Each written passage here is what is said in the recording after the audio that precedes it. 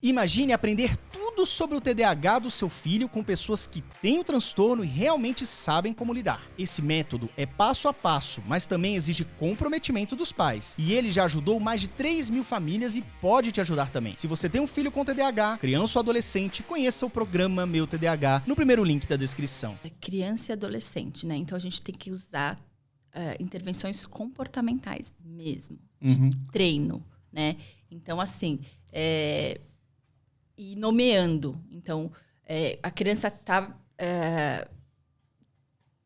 brava, né? Tá gritando, tá chorando. Então, e dizendo, você tá sentindo raiva? O que você está sentindo? Assim, e ser bem...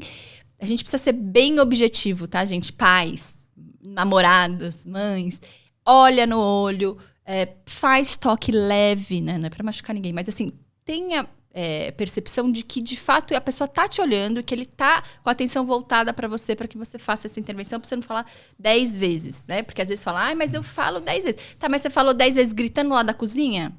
Isso não vai ser efetivo, né? Então, olha pro seu filho, olha pro seu namorado, faça o pedido. Então, a gente vai orientando, pensando na criança. Orientar os pais, que eu já tinha falado, e com a criança, fazendo com que ela consiga compreender e nomear. Então, que nem você...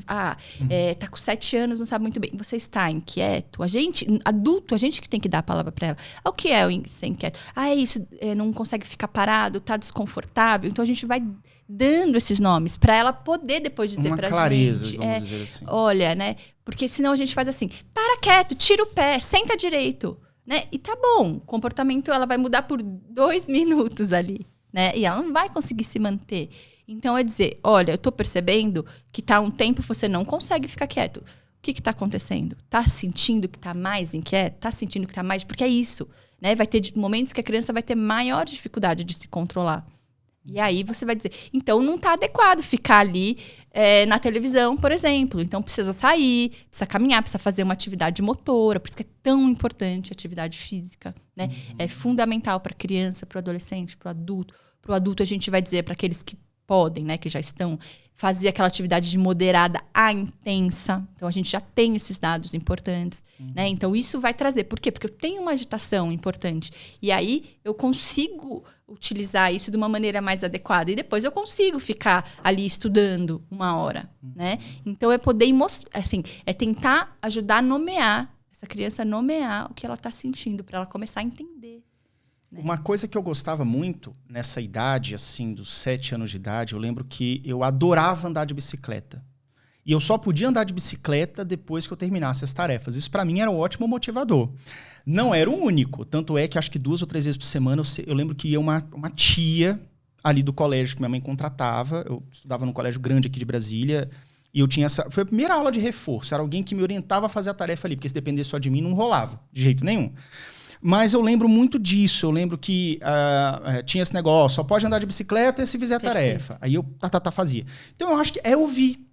A minha mãe percebeu, eu falando, ela percebeu sozinha, que eu gostava muito da bicicleta, que era a minha paixão. Andar de bicicleta com a molecada. Então, fazia dever primeiro, depois descia. Quando vinha a professora também, a pedagoga ali na alfabetização, para me ajudar a fazer as tarefinhas, ela usava uma forma muito lúdica, mas ela também falava, falta meia hora, daqui a pouco só para bicicleta, vamos terminar esse dever aqui. Então, a criança com TDAH, o que eu percebo é assim, é aquela criança que, se você não dá um cuidado, um direcionamento, como chamam de tocar a boiada, para quem é do interior, sabe como é que é? Você tem a boiada ali passando numa trilha, e a pessoa vai dando uns cutuquinhos assim atrás do boi, para ele só seguir, não precisa empurrar, você... vai falando, dando uma cutucada que ele vai. Então, é a direção. Então, tem que ter essa direção ativa. O TDAH, você não pode... Ainda mais criança nova, assim. Adolescente também, tá? Mas criança pior ainda.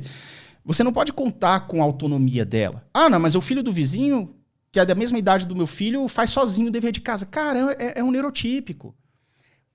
Os neuroatípicos têm que ter um tratamento atípico também. É importante, o TDAH ele precisa desse acompanhamento. É aquela criança, Lara, que está tirando 3 no colégio, uma nota bem baixa, 2, 3, mas com 1 mês de acompanhamento ativo e sabendo fazer direitinho, ela tira 8.